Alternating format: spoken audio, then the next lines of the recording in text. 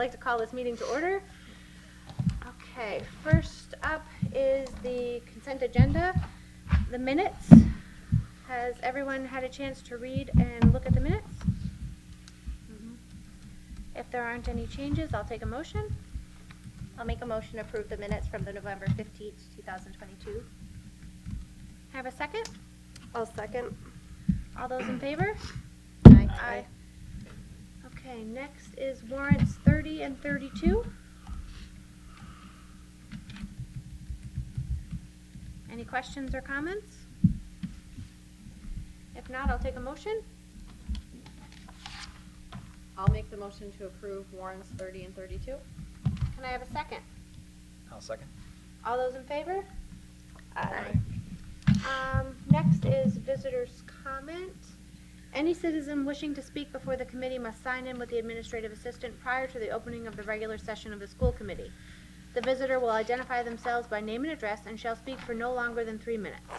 For anyone who is unable to sign in ahead of time, we ask that you clearly state your name and address so that this information can be included in the record for the meeting. Do we have any visitors? We have some, but they're not for that kind of visitors. All right, we will move on. If it's all right with the committee, we'd like to push up the emergency operation plan since our guests are here for that. And if with everyone being okay with that, we'll go ahead with that. Great. Thank you. So I know this has been previewed a few times. This is something that I won't get too into detail, but we established an emergency preparedness team, really focused originally on the school and then spread a little bit out to the town. Probably when I started 5 or 6 years ago in the district, originally James White and now Chief O'Grady, and I started. Mike Pandora was part of it from EMS, Mike Pelletier, who's here with us tonight. We now have input from both principals at the schools. Mike O'Neill, the new fire chief, participates in the meetings. And for the past year, well, probably close to a year, we've been working on the emergency operation plan that was developed in 2015-16. It really should be reviewed on a regular basis, which we are now doing that. So we really just brought it up to date, made some, I guess the significant changes that you might see would be around, we've included language around ALICE, which is the protocol that we use in our schools should there be any event. Zach would have a better name for that, I think. It's not just an active shooter, a critical incident. So that's what we train our staff on, and typically that's done at the beginning of the year. But not only have we gotten that information into the document, but we're now using the document to create building-based threat assessment teams. We're using that document to guide our tabletop activities. Last year, we started that with just our administrative team. We did one session with administrative team plus administrative assistants. And we are planning for later in the winter, early in the spring, to do a tabletop exercise with both staffs. So do one at the junior senior high school with their full staff, use a staff meeting, or one of their professional development hours to do that, and do the same at East Meadow, and then continue to build that out to include students. Ultimately, we will plan to do some sort of reunification. We've discussed doing that just on campus as a first try, something where either the junior senior high school is being evacuated to East Meadow for a reunification, or East Meadow's being evacuated to the junior senior high school, right? So that allows us to communicate to parents, to the bus companies, to fire, police, town offices, about these are some of the steps that we would take in a true emergency. And then we can go back as the emergency preparedness team to debrief, do an after action report about what went well, what could have been improved, and as we continue to drill down on those things, make adjustments to our practices. And I think one thing that we did not do last year in response to the Uvalde shooting in Texas, we didn't scramble and try to fit in an evacuation drill or a lockdown drill at the end of last year, and that was a conscious decision. We felt, and when I say we, it's not just the administrative team here, it's the police and the fire department and EMS saying that we talk about these things regularly with our staff, with the administrative team, with students. We go into shelter and teach, even in a medical emergency, if it's confined to a certain area. We'll go into that. I'm sure as school committee members and as parents, you get the emails that say we went into a shelter and teach. It lasted for 10 minutes or 15 minutes. And then oftentimes those are benign incidents that are confined to the nurse's office or a specific area, but it does allow us to go in, call the shelter and teach, allow the teachers to kind of react, talk to students about that. It allows EMS services to get in and out of the nurse's office without, traffic in the hallways, without kind of that rubbernecking that can often go on and drawing more attention to a situation. So we felt at that time that we were in a pretty good place, so we did not rush to do those lockdown drills and things. And some district did, and that's totally fine, but I think we made a conscious decision to say, we've been proactive about this. This is something that we talk about often.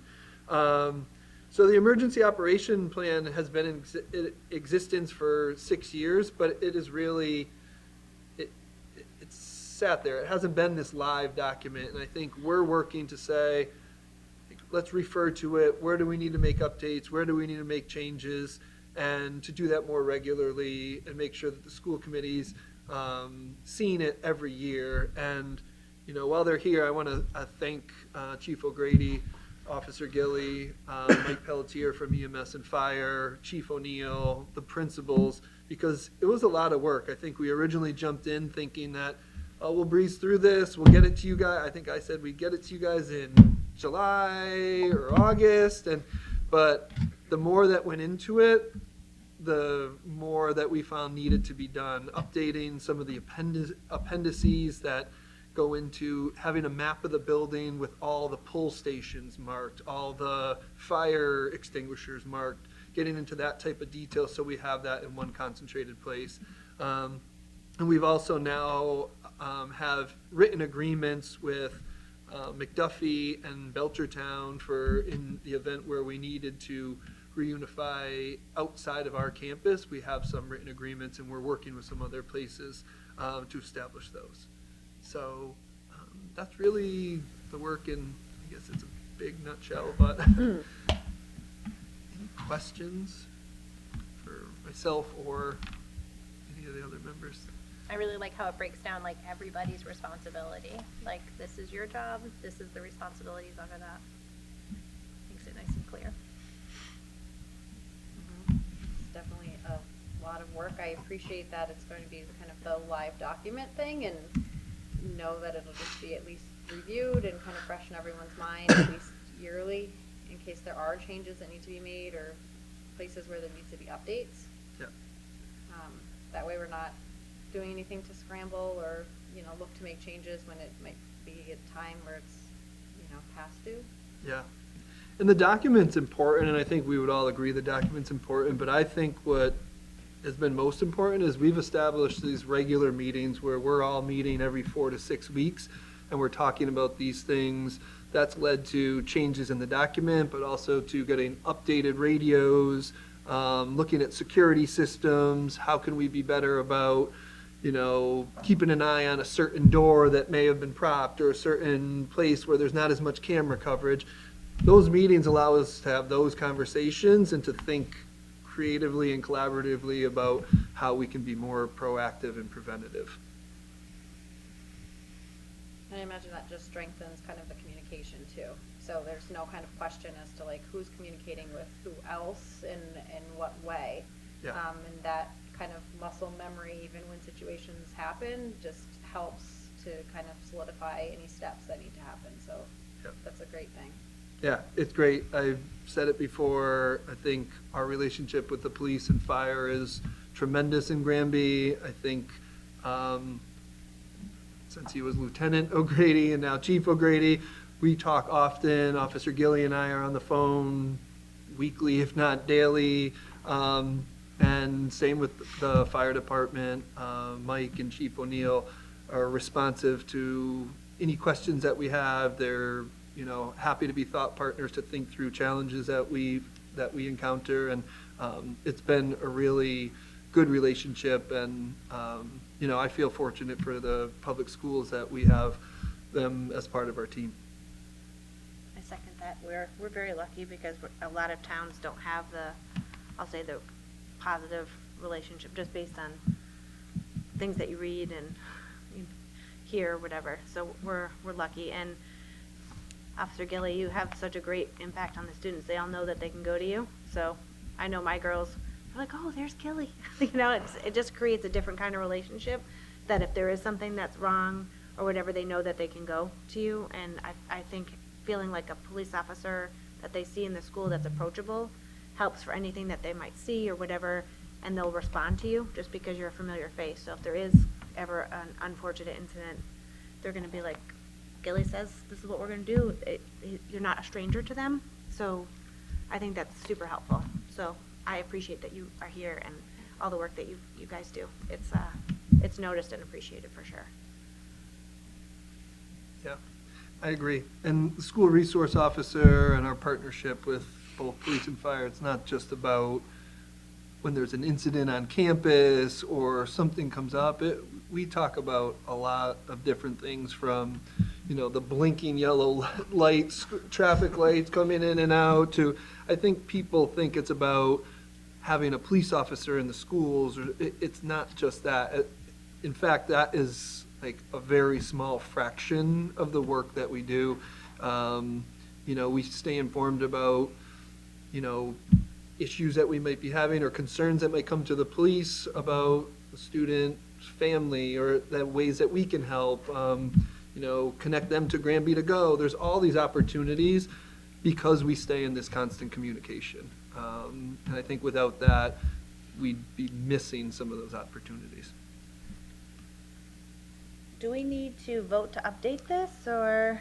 It does require a vote.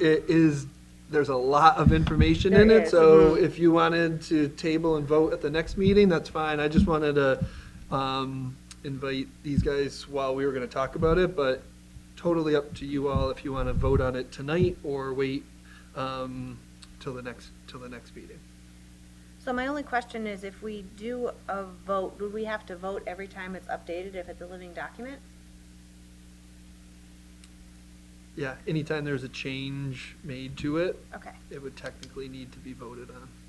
So to that You know- regard, if it's a living document, any changes that are coming, it'll come back to us possibly more than once in a year too. Yeah, what we could inquire with our attorney about, but I think has been okay in some other incidents where the school committee votes on it once a year and then grants the superintendent the authority to make changes over the course of that year.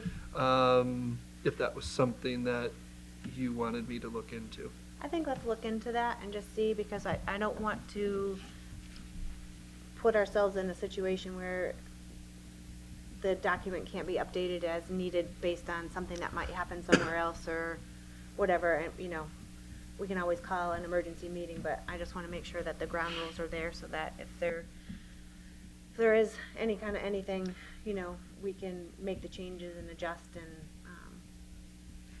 go. So when you guys have, switching gears, question. When you have drills and like you're all on site just like a normal, like how does it work when you do a shelter to teach or when you practice those things? How does? So our shelter teach, we practice at the beginning of the school year, and that gives each classroom an opportunity to go over their emergency response plan. It's a laminated sheet of paper that's in every classroom to say, all right, in these situations, this is what we're going to do. And that's just a brief minutes where they're just talking about that. They get their outstretched later. So the shelter teaches, it's a quick one. We're not doing it every quarter for a drill.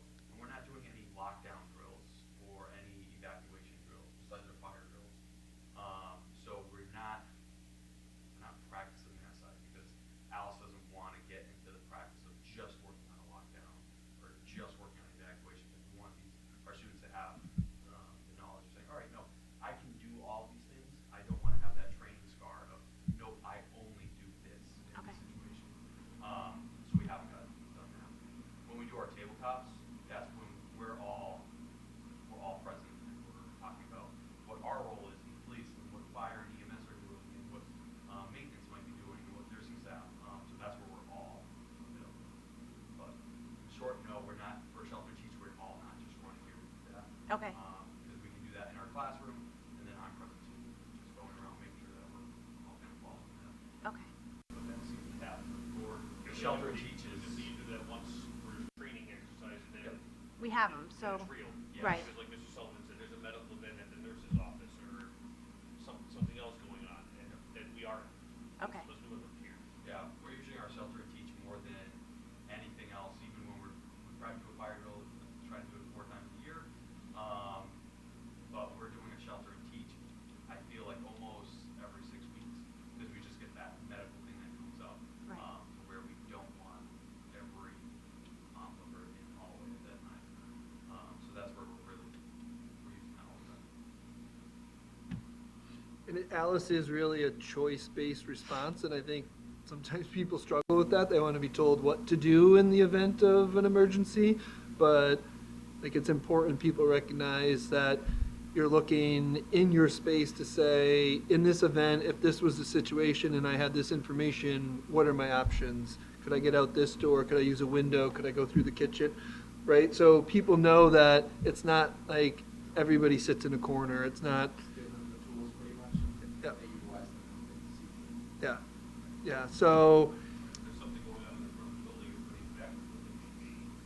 They're gonna have they're gonna be taking a different option with the front. And that's to touch on the Alice. Everyone in the high school has had that training with our staff and our students. Our staff in this building has got that, and we're working with. We have a separate emergency prep team that Mr. Desrelais, Brad Rosenberg, myself, our two social workers, we're part of. Where how are we gonna roll out Alice to kids in this building? And that's what we're working on that to try to tweak it. It's different than how am I going to present it to a senior to a 6th grader. Right. And it's not always a bad event. It Yeah. is something, a building issue. Yeah. You know, I mean, one of our tabletops was, there was a major boiler issue next door. How are we gonna address it? We're gonna, you know, We several try to years keep it ago- realistic. Well, several years ago, I mean, when this was just after school, they had a bomb threat, so we had to bring everybody over here and then figure out how we were gonna ship them off without a plan.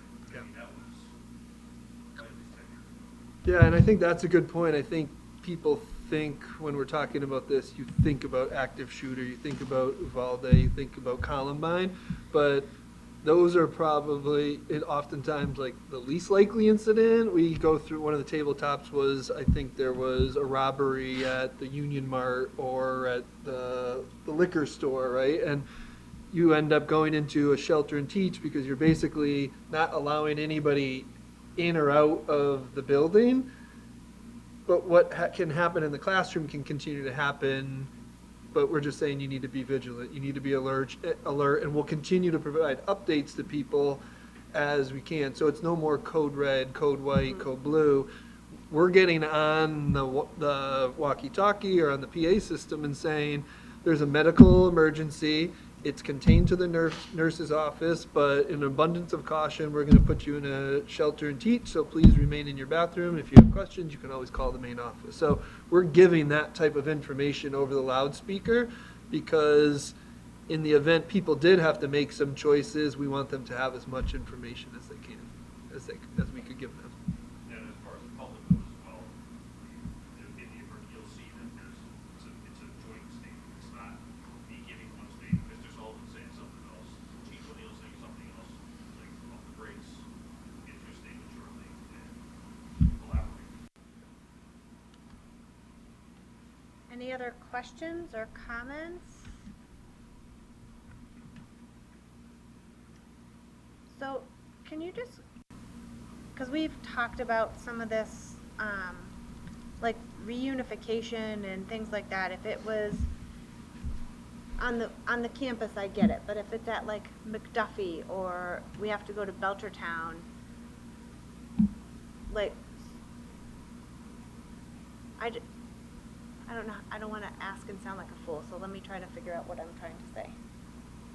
So if it's a fire situation at the high school, everyone comes here, and then you would dismiss from here. So what would cause reunification at McDuffie or Belchertown? Like what, I mean, I don't, like, would that be like an active shooter kind of a thing then? Could be, that's one thing that would, So then buses But- would come and just put people on it? yeah, right, so I think you Could see, be, at the worst case scenario, it can be that. Okay. Active shooter, because now this whole place has become a crime scene.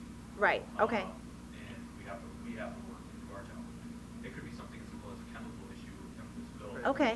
Where we have a tractor trailer that's hauling something down to a zoo. Now, we can't get anyone in and out, let's do it safely. We I evacuate see. our kids. Okay. And get them to, McDuffie or Belchertown. Okay, all right. Shut down too, we wouldn't shut down schools, but it's unfortunate.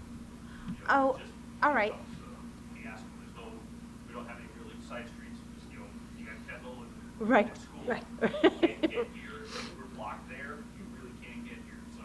Right. That's where we have to say, okay, let's, should, I mean, it could be power line issue, it could be.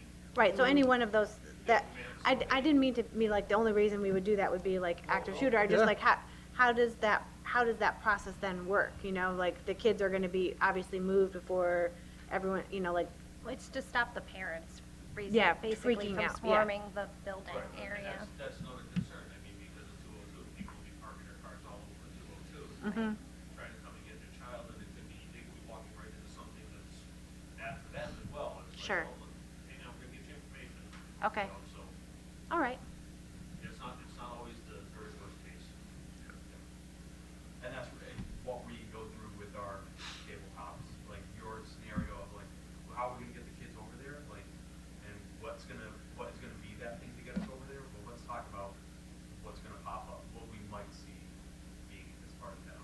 right, And cause then we to me, like when I'm thinking reunification and stuff, I've got kids at the high school, one of whom drives, like, do we shut that down and everyone goes in a bus? Or like, when you walk through those Yes, things, might have to. Yep. so, just so that everyone's then accounted for, Yep. you know, like, those are the things that I think of as a parent of a child that drives, like, if it's, you know, one does, one doesn't, you know, how do you, Well, that's also something like you're trained as you keep your class with you, you have your counting heads, you have your class list, your roster, you know. right, I don't know if you guys do, we have green cards, red cards, you have everyone, I don't have this kid, where is it? You know, they're making calls on the walk, like it's all, Yep. it happens. so those to are me, things it's that organized we're like chaos, working like, on as through our it's happening. drills to me, now, it's yeah. completely foreign. Yeah, Right, Because you know, I'm looking at it from a completely different lens, Right. you Yep. know? Sure. yeah. And from we do have students, that are leaving at all times of the day. That are driving themselves and then they're on campus, they're off campus, they're over here, They come back, they're, you know, just, So your point is, yeah, that's definitely. so to me, concern that you you- have so just that like, we talk to. you know, when you think about those things and you say, you like reunification, it's like, okay, great, but what does that mean and how does that work? So I'll be perfectly honest, I've read through this quickly once, but there's so much here that I kind of, I need to, yeah.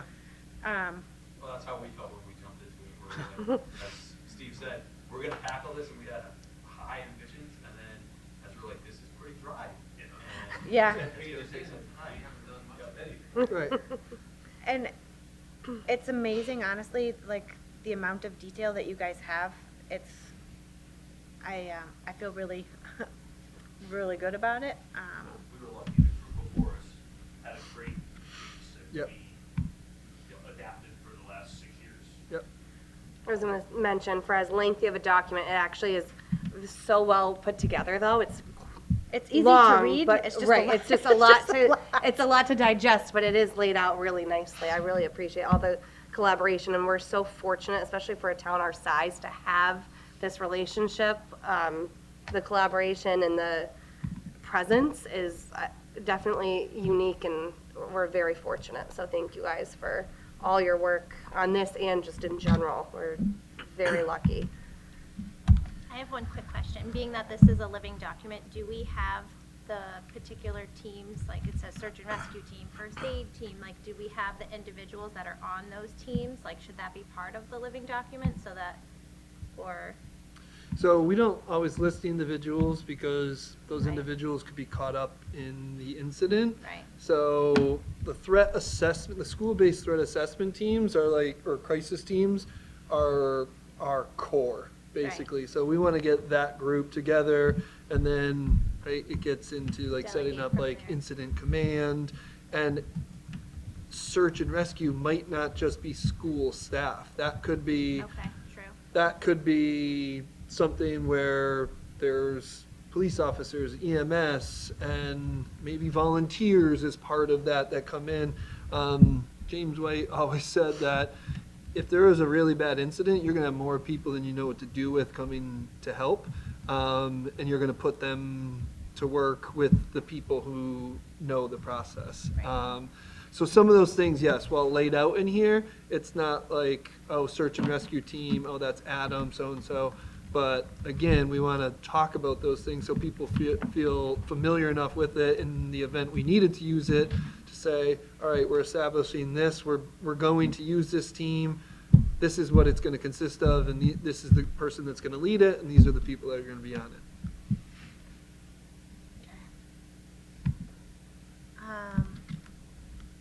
Is there anything else that you all want us to know of or anything? I think, like Mr. Sullivan said, you guys read this and know ahead of time you have some questions, you're more than welcome to come back, so. So I propose we bring it up at the next meeting to vote and finalize. And if we have any questions, should we create them in a document to forward to Stephen ahead of time so that they could be answered before we vote, or just bring them up next time and see if we push it off another week? I think if there's questions, maybe we can just send them individually to Stephen and he Yeah. can kind of compile them. Okay. Yeah, that would be, I think, ideal for me too, if we had them ahead of time, because if we could answer them prior to or at that meeting, then we could move this forward. This is, go ahead. Sorry, I just have one thing. Under the phone contacts, and maybe this is particular, this is just the way my brain works. Would it be helpful to add just a parenthesis for non-emergency lines? I don't have it on the top of my head. so- No, just like, because I'm looking at the phone contact list right now, like I know the, just having the Granby Police Department phone number, the one listed is like the non-emergency line, which is ideal, but would you maybe like just want to quote that? I mean. Oh, so put in parentheses, these are yes, non-emergency yes. lines. Sorry, yes, No, that just, makes sense, and I'll- just to clarify that that's, I mean, correct, but sometimes in 66 pages, just to add a little extra. And that could even be on the top too, under phone contacts, in case of emergency, dial 911, and then list the numbers might be helpful. Yep. I just saw on here something about West Street School, so I just wanted to see if that I should be. got all of It's those. still, yeah, it's a reunification spot. Wasn't sure. And this is just me being completely naive. Is shelter and teach the same as shelter in place? Yes. Yeah. The easy answer is yes, I like it. Easy answer is yes. So they would never have a shelter in place necessarily called, it would be a shelter and teach, and they would know what to go with it for. Yeah, it's different. And it's something in the past we've said teach in place, and it's just kind of, it's interchangeable. Okay, Yeah. good to know. I think it also does calm the narrative of it, like the kids are like nonchalant, like, oh yeah, we had to teach in place, and like, it does kind of roll off. It's less like alarming, in my opinion, especially at the elementary school. I know, like, oh, like there was an incident in, again, the nurse's office, so we had to teach in place for, it's 15 minutes versus like, it sounds so much more alarming. I feel like when you say like, it's a lockdown, it's a teach, just interchangeable. But we do say there is the appropriate time where you would say there might be a lockdown, right? Because is that different or no? Not necessarily. Okay, Alice kind of breaks down into it of saying, your lockdown could turn into a counter, which could then turn into an evacuation. okay, Because it's very fluid. So we don't want, if we have something coming in the building, I'm not saying, hey, lockdown, because that might not be the best option for you. could I ever sit in on an Alice training? Yes. And that's something that in our we've talked about that emergency. Because I'm probably the only one that isn't familiar with it, so I feel kind of silly about that, asking these questions, but Yeah. Don't feel silly at all. let the world know. We that also it's not my- plan, once this is approved, and they're, like Zach said, they're working on the plan for the students here, we're going to do something for parents, families, community, like one evening to say, come in, Zach and I can be here, and just to talk through it and have a conversation more like this, so people can ask, because you're not the only one with these questions, certainly.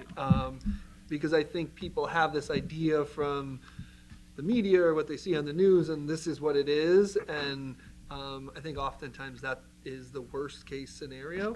Because I know, like, where I work, we have our own outlines of things, and I'm one of the coordinators. I have my clipboard and everything that I need to, keep track of who's in and who's out and things like that. But when it's with so many, there's a lot more people here than people that I work with, and we got one building as opposed to two, and just, I would love to see kind of how it works, so I would sign me up. Okay. Please. I can't find that other thing. I keep saying if there's any other questions, and I'm the only one that has anymore, but, I just want to make sure that if we don't vote on this, that we're not taking away anything. It's the document that's being used. We're still using, Okay, great. got voted on, I think in 2016 was the last time, so, Okay. and we've still used it as our guide, so. All right, perfect. So, we'll put it on the agenda for, Yep. For next time. I think that's it, yeah? Thank you, guys, I appreciate it. Thank you. Thank you. Appreciate Thank it. Thank you.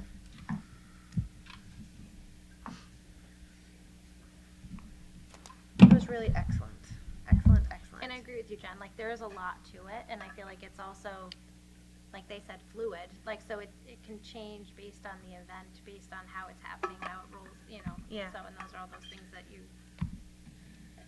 I guess, like, that was the bigger part that I was surprised is hearing about the practicing or not practicing, which is it makes sense. Because it's, unfortunately, it's become something that's so daunting, Yeah. But I feel very proud of us as a district because it doesn't freak the kids out. Like, they're so accustomed to it, and I feel like familiar with it, and probably kids in every district are. It's more scary to the parents, to me, where I don't have this kind of, I'll say, training in a general way, that when things happen at work, everyone's like, ooh, this is kind of like a big deal, where it's more foreign than comfortable, so. to And me- I think it's scary to, not, yes, of course, the parents, because we all wear that hat, but I think the teachers too. Like I said before, I think sometimes people struggle with that choice space because you don't want to be the one perceived to make the wrong choice, right? So it's easier to do what I'm told than to say, this is the information I have, and these are my options, and this is the best option. That's a lot to process when you have X number of kids around you, regardless of what age that is. So I think that is one of the challenges, and why we're trying to be really thoughtful in the ways that we communicate it to students, to staff, this group of students at East Meadow versus the group of students at the junior, senior high school, because we want people to recognize that it's serious, but not always just to be like scared and freaked out by it. Easier said than done sometimes. Sure, absolutely. I think we're probably good. Next is the Winter Track Club. So this was approved last year by school committee. It's really just a club to keep students who participated in cross-country or who are interested in track and things like that active. It's not a MIA, there's no MIAA or PVIAC affiliation. Basically, it's training, but if, for example, a student who is training wanted to participate in a 5K at the Hoyok Elks, that they would be responsible for, they're not doing it as a member of the Granby Public Schools or anything. This is really like a club that happens after school to keep students in shape and active. But if they wanted to take it beyond that in the winter, it would be their prerogative at their own cost and transportation. So, Where does it take place? at the junior, senior high school. I guess that was my question, because it says parents provide meet fees and transportation to local events. So are meet fees, that's what you're saying, like community 5Ks or things like that Yes. would be a meet? Yes. Okay. Yep. So there is no affiliation with any MIAA or PBIAC meets. Okay, so it's not like other high schools that have clubs either. Correct. It's, okay, so this is just local. Yep, so if they chose to participate in something beyond what happens after school, then that is their choice. Jen knows, I see the word meet and I think like a competition. Yes, yes. 7 hours at A local wherever for 30 seconds, yeah. If there aren't any further questions, I'll take a motion. I'll make a motion to approve Winter Track Club. Do I have a second? I'll second. All those in favor? Aye. Next is the remaining funds. So, a few months ago, the committee voted to approve funding for a couple projects around the fence and the basketball court. Those projects came in under budget. So Ms. Jordan has been in contact with the vendor, and they have a plan, if approved, to use the remaining funds to redo components of the weight room at Granby Junior Senior High School. Right now, that's an area that's kind of just been taken over because between Granby to Go and storage and the cafeteria kind of being rerouted through there, it's in this small little area. So they have a plan to get some new flooring, expand it into a little bit into the area that Granby to Go had been using, and purchase some new equipment with the remaining funds. So because we were changing where that funding would be going, it would require an approval from the committee. You said the weight room, is that used to be the wrestling? So there used to be a weight room that was right off of the gym, behind the bleacher, next to the bleachers on the side closest to the girls' locker room. So that's all, both of those areas are storage closets at this point. So they had been using what is now the wrestling room as a weight room, but the wrestling mats take up that space, and now there's basically probably an equivalent space as what had been used between the wrestling room and where Granby to Go was. It's probably like a 10 by 10 space that all that equipment's kind of been moved to.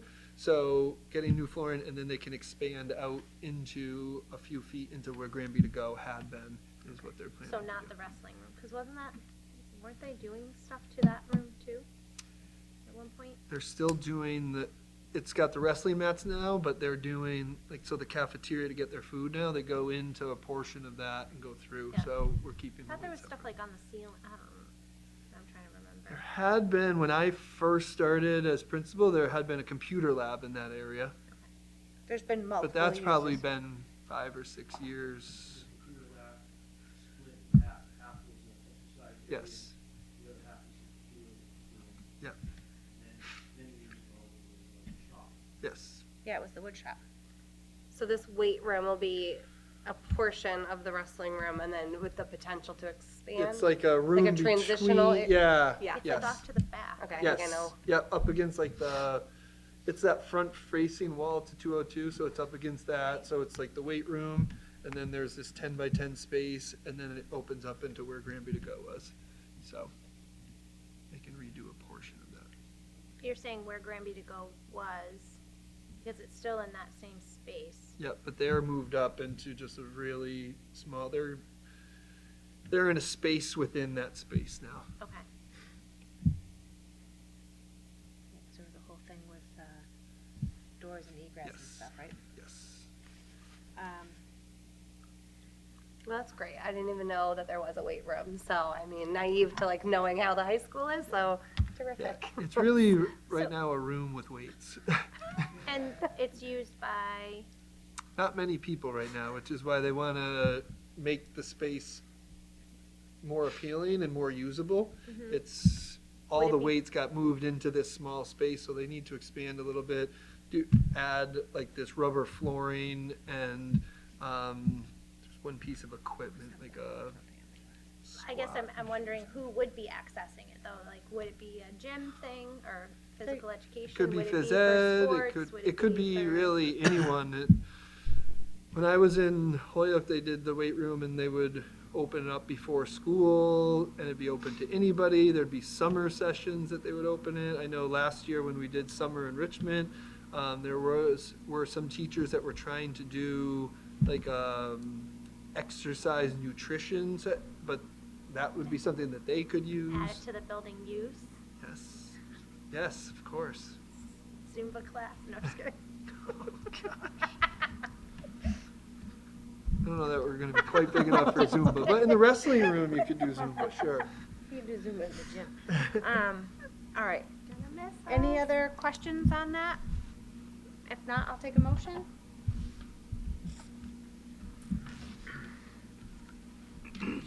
I'll make a motion to approve remaining funds for Vanguard donation. Can I have a second? I'll second. All those in favor? Aye. Next Thank you. Another thank you to the donor as well. Absolutely. The next is the first read policy on KCD.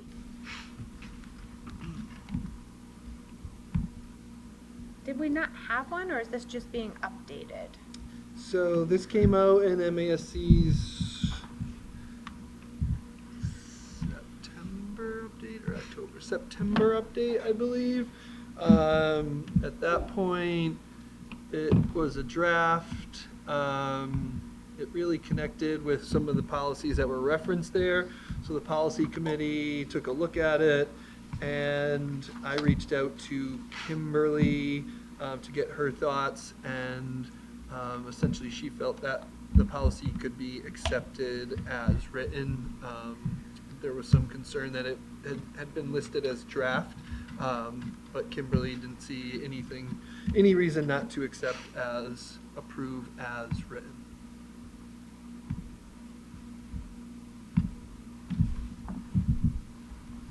It's something I think we already do as a practice. And yeah, like it is referenced in the other policies that we, in one that we just, I think the DD or the GB, one of them we just had gone out, we had just updated, but this was a new one. All right, so. In some ways, it's connected to the donation that we were just talking about. Right, yeah, because we did vote to accept all of that. Yep. All right, so this is the first read, so this will be on the agenda for next time to vote for, I mean, it's kind of short and sweet. Do we want to waive the first read or does? oh, I'm fine with that. If you guys, we have to vote on waiving the first read, and then we can, see how the outcome and then go from there. So I'll take a motion to waive first read. I'll make that motion. All those, nope, can I have a second? I'll second. All those in favor? Aye. Okay, so we waived the first read. Can I have a motion to approve KCD? I'll make a motion to waive accept the KCD. Can I have a second? I'll second. All those in favor? Aye. Awesome. One point of contention is that the font is not the same throughout the whole thing, size. Just when it gets- Noted. When it gets in there. Noted. You're the I love that format. someone else brought it up. You're the Noted. format girl. I'm not touching it. That's how it was. I think it was too, but it does bother me. Yeah. All right, superintendent's report.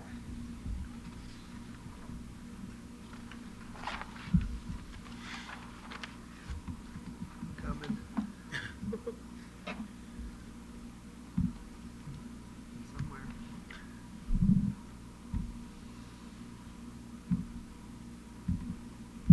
Okay, sorry about that.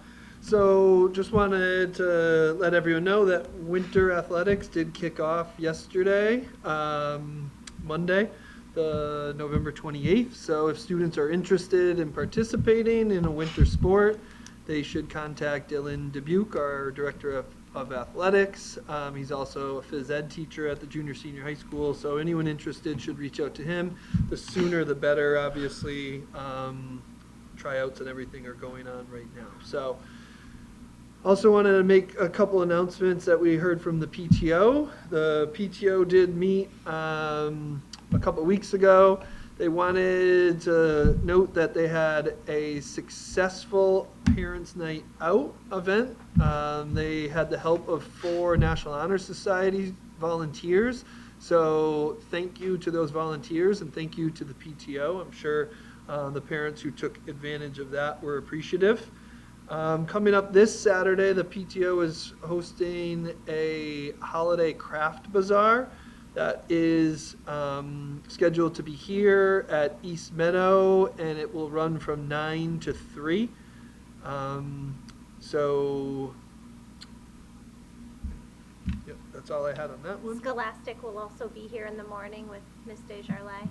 Yes, the book fair will be going on. I have a book fair announcement, but they will be open Saturday at, for any parents, families, students to take advantage of that for one last time.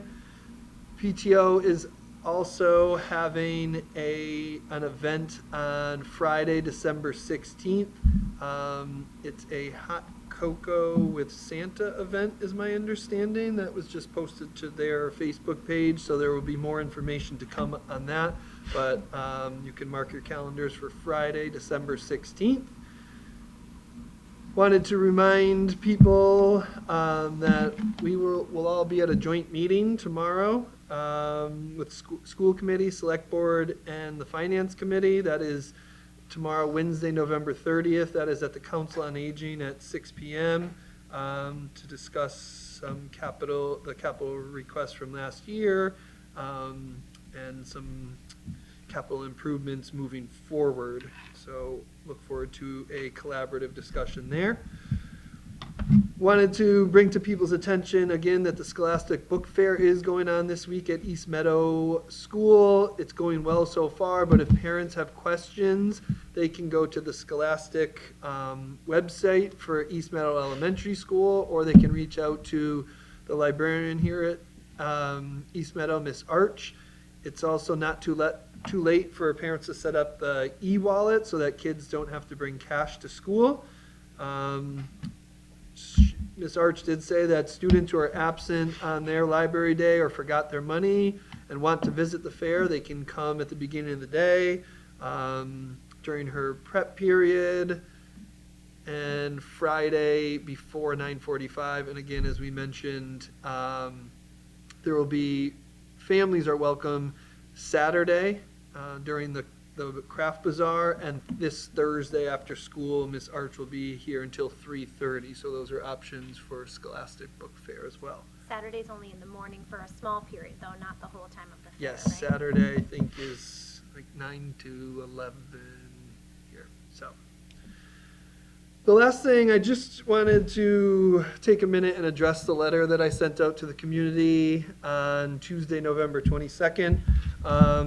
It's unfortunate, but we have had a few incidents that have occurred. Some have been alleged, some have been founded, unfortunately, that involved individuals using race, religion, gender identity, cultural backgrounds to speak negatively or take negative actions towards somebody else or a group that are in our community. And I think in the letter I said, and I think in talking to the school committee I mentioned it, that it saddened me to have to write the letter, but I do believe that addressing issues, especially ones as difficult as this, is part of my responsibility. I do know that naming these issues and writing a letter is not a solution, but I do believe it's an appropriate step to ensuring that our schools are welcoming to all people, regardless of who they are, where their family comes from, how they identify, what their disability may be. Inclusivity and being welcoming and being kind, I think I said in my letter, is not about politics, it's about people. And I firmly believe that we are a welcoming community, and I want to make sure that every family feels that. I do expect that we'll follow up on this issue, and we'll share more information with the community as we begin to solidify next steps and what those might look like. So, like I said, I do understand that the letter doesn't solve a problem, and this isn't specific to Granby. Unfortunately, it's happened in many other communities across Massachusetts and across the United States, but I think ignoring it only contributes to the problem. So it's important that we name it and work together to say that, you know, we are going to be a welcoming community and we accept people's differences, and you know, it's a place where we're going to include people and we're okay from whatever background they come from or whatever they might look like or choose. So, like I said, I just feel like I wanted to put it out there tonight to, like I sent the letter, the timing probably wasn't great, the Tuesday before a long break, but did want to acknowledge it here. And I appreciate the committee, the questions that you guys have asked and feedback that you've given. I appreciate you, and the leadership team has done the same thing. It's not easy work, but I think, like I said, it is part of our responsibility. And that is all that I have for tonight. Adam? I got a couple things. Both are in your folder. One is the capital request for FY24 that we submitted to the town yesterday. One request is for upgrading the security system for the high school. So the server and DVR that currently we have in the high school is outdated and will not allow us to either add additional cameras or, if one camera fails, replace that camera. So unfortunately, we would need upgraded components. So that was one request that we put in. Also, part of that request is to add a fob accessibility to the main entrance at the high school. Currently, we only have fob accessibility to the superintendent's door. So in the rare case that staff are outside or they're coming from one building, the only way they can get back in with their fob is through the superintendent's door. So we're going to add a fob access to that main entrance to make it a little more easily accessible. We're also going to add a handicap button that will automate that door, that will make that door, the main entrance of the high school, handicap accessible. Why that wasn't included when we did those doors a few years ago, I wasn't here during that process. I'm sure there was a reason. We should have done it at that time. We didn't, so we're going to do that now. So that's part of that one capital request. The second one is for the projectors. I think we had talked about this as a full committee. I know it was on our cut list for the FY23 budget. As we've realized some savings throughout, we went back and identified that as a pretty high priority on our cut list and found some ways with some savings and some grant funds to bring those back. So we are going to request a portion of that project be funded with capital, through the capital request, and some portion of it funded through grant funds. So those were submitted yesterday to the town. I think those meetings happen in February, I believe. So I don't anticipate us hearing anything back for a couple months once they get those meetings scheduled. Questions on that? Second is the FY24 budget calendar. That's also in your folder. We had presented this to the subcommittee a couple weeks ago, so I wanted to show the finalized version. I say finalized, this is a working document. Finalized as of now, the calendar moving forward. And just a couple of dates to highlight. We'll be meeting with staff at each school in December just to kind of give them the same overview that we gave subcommittee and school committee. We're gonna have a public forum. I think we agreed on December 13th before that school committee meeting. The first draft of our budget we agreed to send to the town for December 30th. We got a lot of work to do over the next couple of weeks, but we are certainly on track to have that to the town for the 30th. January, kind of a quiet month as we're waiting for the governor to release his budget towards the end of January, so not much going on there. And then in February is where we really start to get into it. So we'll be meeting with staff at each school again in February to kind of update them on where we're at in the process. A potential public forum again for stakeholders. I know one thing we talked about last year was kind of adding more of those to give public access to our discussions and input. So we'll have one of those in February. You're all my On Valentine's. Valentine's Day. We can move it. It could be Well, and I'm our not other anti meeting. having it on that day, but then I Yeah. wonder, like, how many people would it deter from coming? Well, if they I had- think it's, Right. We can I certainly know. move it. Again, this is I a very know. fluid I know. document over the People who are next hosting it, do they want 3 to 4 be on months. Valentine's Day would be my question. but I'm just thinking like we would need childcare and things like that, so it's gonna be a harder sell to get people to come in. Agreed. Yeah. So I suggest we move that, whether Okay. it's do we have a meeting scheduled for that day? Is that what Yeah, I we try to did? keep those consistent with our Yeah, we do have school a committee meeting. meetings. It's just easier. We approved that, by the way. We approved it, but I think. I joked about it that day. I agree that it's, maybe we can be quick, but I don't, it's one thing if we do it to ourselves, I don't know that I it's a just great feel- thing to, have, Yeah. have it be out, yeah. I So, know. And I love that we're having more forums, but then it's like, oh, in December, right before the holidays, where everyone's crazy busy, and then like, and maybe people don't do much on Valentine's Day, but maybe they do, and it just provides like an excuse, like, oh, I couldn't make it because it was, or I already had this planned, or I don't know. I just want to make sure that if we're saying we're adding more, that they're days that are actually hopefully useful, like, that, maybe. So I'm trying to align them with school committee meetings. Yeah. That was the. Because our other goal. That's meeting what is the we've done. we have The one the 28th. 14th would be the 28th. Yep.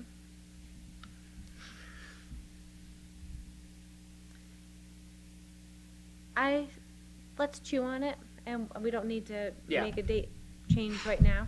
We can also see, it's 2 weeks before the 13th, we can see how well attended it is, and if, what we think at that point. If we get a decent amount of people, maybe, I don't know, I don't think we need to worry about changing the February date right now, but I think it certainly should be on our radar. How are we communicating the one for the 13th though? So we'll do a Blackboard Connect and a all call It'll be in the weekly updates for. updates this week. Can we get it and on the next. sign out front? Yep. Do we share it on the website as well, right? So like people can take stuff from there and share it out on. Yeah, we'll put it on Yep. the live feed. Yep. And we can, see if we can get it on the town calendar too, right? That's a good idea. Mm-hmm. You can bring that up tomorrow while we're Mhm. there. That's a good idea. So then March, another public forum, and then you'll see on the 28th, we would just present the budget to school committee. No vote, just a presentation to the school committee on where we're at with the budget. I have a placeholder in there for at some point in March, which has been our goal over the last couple of years, to have that joint committee with the select board and finance. As we get closer, we'll Should start obviously scheduling that now. shore up a date. Yep.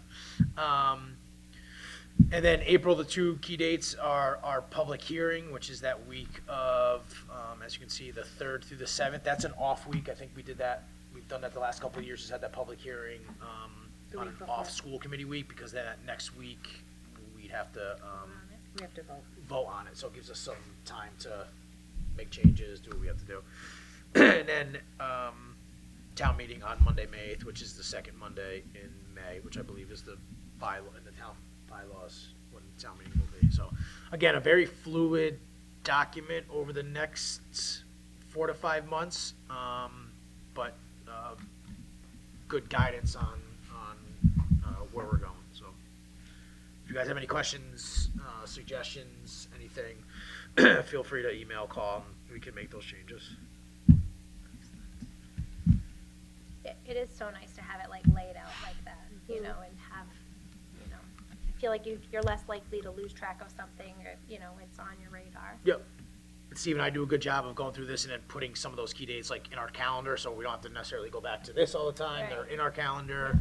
They're alerting us. Again, a lot of these dates will change, but it just gives us some good target dates to have stuff accomplished. But I think adding to that too, like Jen said, making sure we get the word out and enough time to let people know and kind of having that on our radar too. Yep. Us equally, not just you guys. Yep. And again, the goal of the 13th is really to go over the calendar. People have questions about it, process from last year, what worked, what didn't, allow us to have some dialogue with people in attendance. So bring your 5 friends again. I feel like that one is important, but it's really the one where we present, like the public hearing one is the. Yes. Yeah, I mean, I would Or maybe argue the one that in March. I would argue that this one's pretty important if we could get feedback on what the process was like last year and if what, could we communicate more? Did we communicate too much? Did when Right. we communicate it wasn't enough? Was it too much? So I would certainly Doing the right encourage thing. people to come to all of these, but this would be a good one because we're at the very beginning of the process. So if we could hear some of that feedback and then utilize some of that feedback as we move through the next several weeks, that'd be awesome. If we make a copy of any type of flyers, I'm happy to hang a couple up. I know I did that, I think it was last year at one point, at the senior center and hung one up at a couple different places in town too. And we should let PTO and Booster Club know whoever our contacts are for there and just have them help get the word out. Put it up on your socials and just Yep. try to help.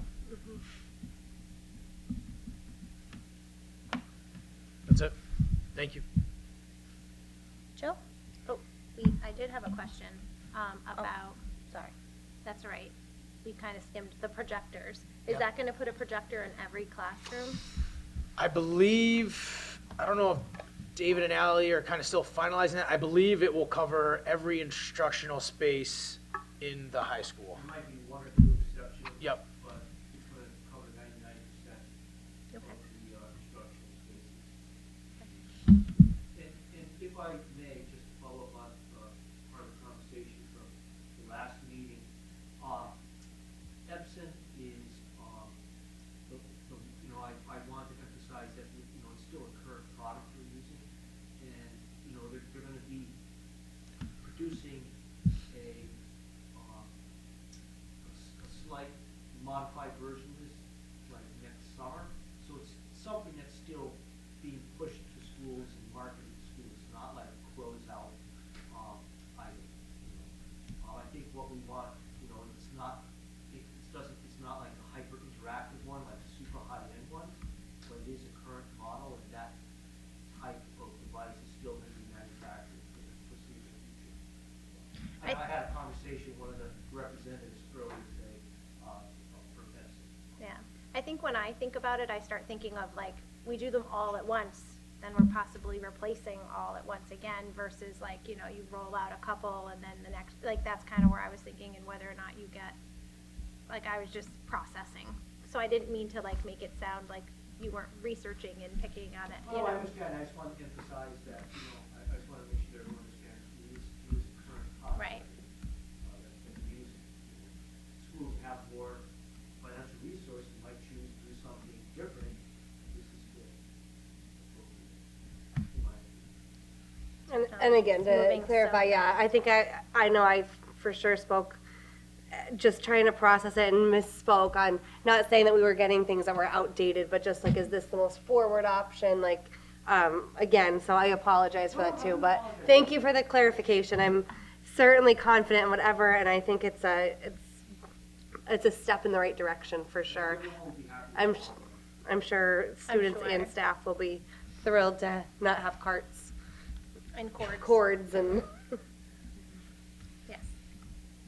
And thank you for your support.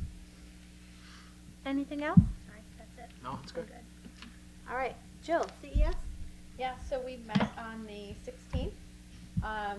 Some of the areas that were discussed were the independent audit, so that review occurred. We also went over Todd Guzda, the executive director's evaluation results, which were all positive. And there was the financial update.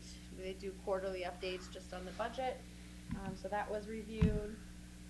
And then the annual report was something that was reviewed as well. So just kind of some bigger topics that were discussed. And we'll be meeting again in January. Excellent. Any questions for Jill? Okay, so just before we vote to go into executive session, we have a few things for next time. The emergency operation plan. If you have any questions, send them to Stephen. And then we had, we were talking about the first read, but we voted on that. We'll look at the budget calendar again, I'm sure. Just, was there anything else? Next week is next time is the work group meeting? Is that right? Oh, I'm somehow in February. No, it's still November. We only have the one meeting. Our next meeting is December 13th. Yes. The one meeting. Yeah, So it's the one meeting, okay. which is also the one meeting that we're, At 6. We're starting at At 6 6 because we're having the We have public 6 forum to first. 6:30, yep. Okay. Is there anything else for that then? Okay. Vote to enter into executive session under Massachusetts General Law, Chapter 30A, Section 21, Part A3, to discuss strategy with regard to collective bargaining, as doing so in an open session may have a detrimental effect on the bargaining position of the committee. The committee will not return to open session. Aye. yes. Yes. Aye. Aye. Thanks, everybody.